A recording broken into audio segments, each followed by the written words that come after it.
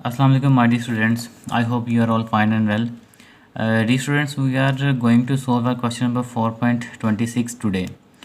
इसके अंदर हमें उसने कुछ गिवन डाटा दिया हुआ है, सम एफ वाई, सम एफ वाई स्क्वेयर, सम एफ वाई क्यूब, ठीक है। ये हमें कुछ वैल्यूज़ उसने दी हैं और सम एफ वाई की 4। इसमें कहता है find first 4 moments about mean, ठीक है। एक तो हमने इसमें से first 4 moments about mean find करने हैं, एक तो ये चीज़ है। और दूसरे इस क्वेश्चन के अंदर कह रहा है कि and test the distribution for symmetry and kurtosis. और हमने इसके अंदर इसी डाटा को जो है ना यूज़ करते हुए जो मोमेंट्स हम निकालेंगे, मोमेंट्स अबाउट मीन, उनको यूज़ करेंगे और उसके अंदर चेक करेंगे, डाटे की साइमेट्री चेक करेंगे, ठीक है। साइमेट्री के अंदर दो चीज़ें होती हैं, नेगेटिव स्क्यूड और पॉजिटिव स्क्यूड, ठीक है, या साइमेट्रिकल। और कर्टोसिस के अंदर भी हम क्या चेक करेंगे कि आया कि डाटा जो है वो प्लेटिकर्टिक है, लेप्टोकर्टिक है या मीज़ोकर्टिक है, ठीक है। तो ये जो है कुछ चीज़ें हम देखते हैं, इसको सोल्यूशन करते हैं, इसका हम नोटबुक पे और चेक करते हैं कि इस क्वेश्चन को हम किस तरह से सॉल्व करेंगे। तो वीडियो को अच्छी तरह से कंप्लीट देखिएगा और जो क्वेश्चन ना अगर कोई चीज़ समझ आए इसमें तो वो आप मुझसे ज़रूर पूछिएगा। तो इसको आप सॉल्व करते हैं अपने नोटबुक के ऊपर। तो स्टूडेंट्स, ये हमें गिवन डाटा जो दिया हुआ था, इनको यूज़ करते हुए हम फर्स्ट ऑफ ऑल निकालते हैं मोमेंट्स अबाउट आर्बिट्री वैल्यूज़, क्योंकि इनको डायरेक्टली यूज़ करके हम मोमेंट्स अबाउट मीन नहीं फाइंड कर सकते। हमें सबसे पहले ये वाले मोमेंट्स जो आर्बिट्री वैल्यूज़ हैं ये फाइंड करना पड़ेंगे, ठीक है। M1 dash, M2 dash, M3 dash and M4 dash, हम ये पहले फाइंड करेंगे और फिर इनको यूज़ करते हुए मोमेंट्स अबाउट मीन फाइंड करेंगे। तो पहले इनको सॉल्व करते हैं और इनके जो फार्मूलाज ये हम यूज़ करने जा रहे हैं यहाँ पे M1 डैश के लिए और M2 डैश, इनमें वैल्यूज़ पुट करते हैं और सिंपल आंसर फाइंड करते हैं इनके मोमेंट्स अबाउट आर्बिट्री वैल्यूज़ के। तो सम एफ वाई हमारे पास यहाँ पे दिया हुआ है 572। उसको जब आप डिवाइड करेंगे सम एफ जो कि 76 है, तो हमारे पास फर्स्ट जो है M1 डैश, ये हमारे पास आ जाएगा 7.53। Second moment about arbitrary value के अंदर जब सम एफ वाई का स्क्वायर जो हमें यहाँ पे इसने दिया हुआ है 4848, ये पुट करेंगे 4848 और डिवाइड करेंगे सम एफ जो कि सब में सेम है 76, और इनको डिवाइड करने के बाद जो आंसर हमारे पास आएगा वो आ जाएगा 63.79। इसी तरह जब हम M3 डैश फाइंड करेंगे और M3 डैश के लिए हमें क्या चाहिए, ऊपर सम एफ वाई क्यूब जो कि उसने ऑलरेडी हमें गिवन दिया हुआ है क्वेश्चन में, सम एफ वाई क्यूब वो हमारे पास है 44240। इसको जब डिवाइड करेंगे अगेन 76 जो हमारा सम एफ है, तो हमारा ये आंसर निकल आएगा M3 डैश का, वो आ जाएगा हमारे पास 582.11। और फिर लास्ट जो मोमेंट अबाउट आर्बिट्री वैल्यू है M4 डैश, ये हम फाइंड करेंगे सम एफ वाई की 4 हमें उसने जो गिवन दी हुई है वो है 42580, ठीक है। ये गिवन डाटा उसने ऑलरेडी दिया हुआ है और ये 76 जो है सम एफ, ये भी उसने हमें दिया हुआ है गिवन क्वेश्चन में। इनको जब डिवाइड करेंगे तो हमारा M4 डैश का आंसर आ जाएगा 560.26, ठीक है। इसको 3 भी कर सकते हैं राउंड करके, 26 भी लिख सकते हैं।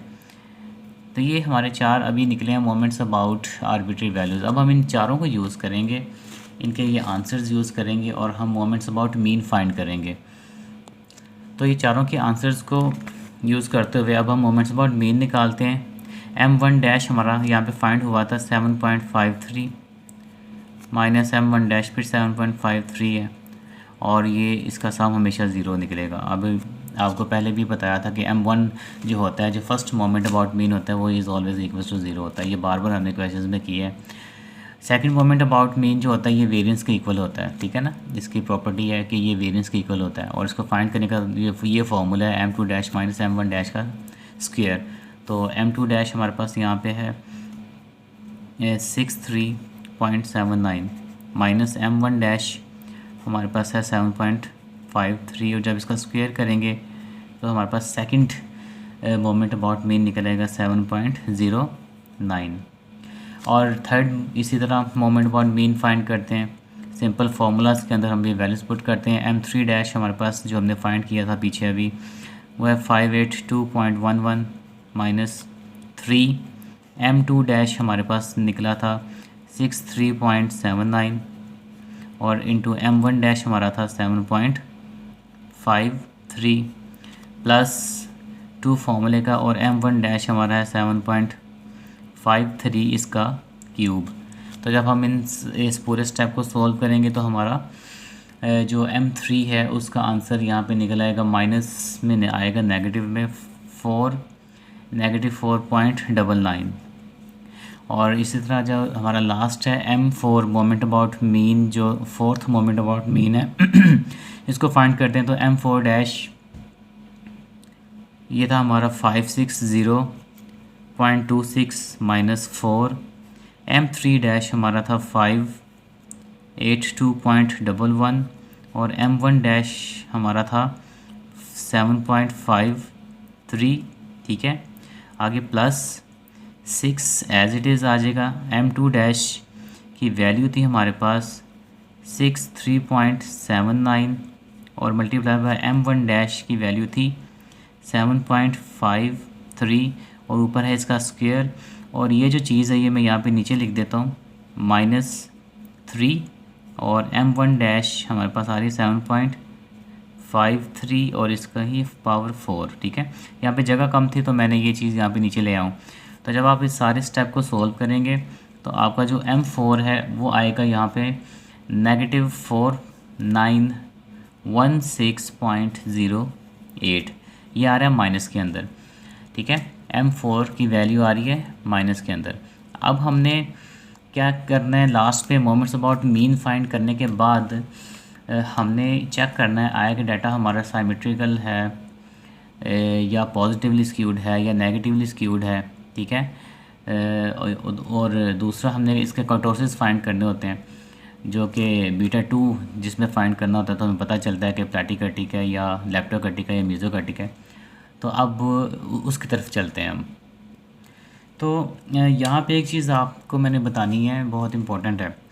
उस तरफ जाने से पहले डाटा की जो कर्टोसिस और साइमेट्री चेक करने से पहले यहाँ पे एक चीज़ आपको हमेशा जो है वो याद रखनी है, वो ये है कि जो आपके होते हैं ना ऑड मोमेंट्स, जैसे कि M1 है, M3 है, M5 है, ठीक है, ये नेगेटिव भी आ सकते हैं। ठीक है ना, इनमें जो वैल्यूज़ हैं इनके आंसर्स नेगेटिव आ सकते हैं। लेकिन ये जो इवन होते हैं ना मोमेंट्स, जैसे कि M2 है, M4 है, M6 है, M8 है, जो इवन नंबर्स हैं, ठीक है, 2, 4, 6, ठीक है ना, जो मोमेंट्स अबाउट मीन्स है वो कभी भी नेगेटिव नहीं होने चाहिए।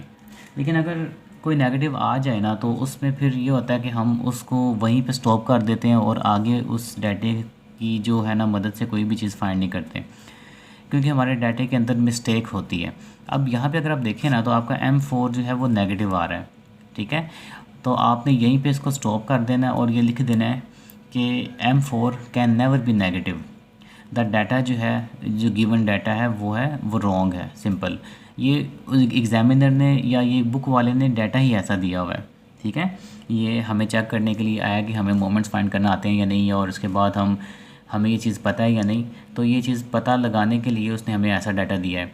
ठीक है, तो आपको भी एग्जामिनर ऐसा डाटा दे सकता है जिसमें आपके जो इवन मोमेंट्स हैं, जैसे कि 2 हो गया, 4 हो गया, इनमें से कोई नेगेटिव आ जाए, तो अगर कोई ऐसी वैल्यू नेगेटिव आए तो उसको वहीं पे छोड़ देना। ठीक है, तो एज़ जो है यहाँ पे नीचे लिख दें कि हमारा जो M4 है इज़ नेगेटिव। ठीक है, which can never be negative, जो होना तो नहीं चाहिए, यहाँ पे नेगेटिव निकल आया है। तो आप यहाँ पे बताएंगे कि जो डाटा हमारे पास है, द डाटा इज़ रॉन्ग। ठीक है, यहाँ पे ये चीज़ आपने याद रखनी है हमेशा कि जितने भी इवन मोमेंट्स होते हैं, इवन मोमेंट्स में कौन कौन से मोमेंट्स आ जाते हैं, उनमें आ जाते हैं M2, ठीक है, M4, M6, M8, ये सारे इवन होते हैं।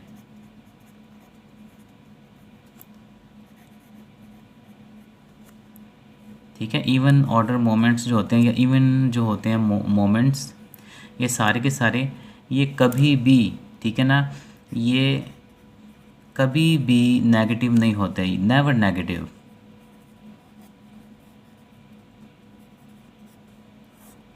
ये आपने चीज़ याद रखनी है।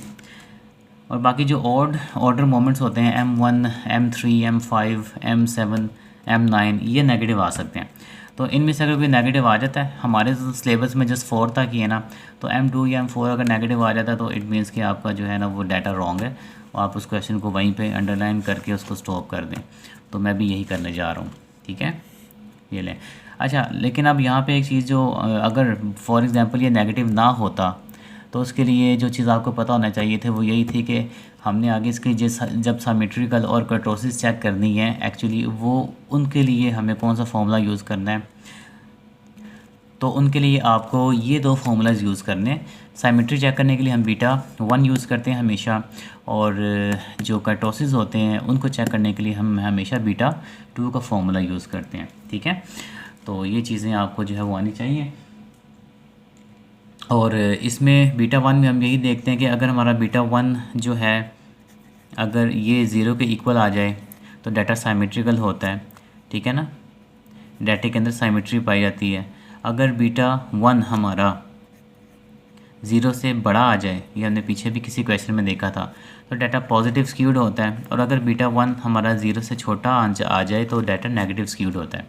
तो बीटा 1 हम सिमेट्री के लिए इस तरह से देखते हैं। और जो बीटा 2 की बात है, ठीक है, कर्टोसिस फाइंड करने के लिए, इसमें हम बीटा 2 को 3 के इक्वल अगर हम आ जाए हमारे पास तो हम कहते हैं उसमें मीज़ोकर्टिक है। अगर हमारा बीटा 2 3 से ग्रेटर आ जाए तो हम कहेंगे कि वो लैप्टोकर्टिक है। और अगर वो बीटा 2 हमारा 3 से छोटा आए तो हम कहेंगे कि हमारी जो डिस्ट्रीब्यूशन है वो प्लेटिकर्टिक है, ठीक है।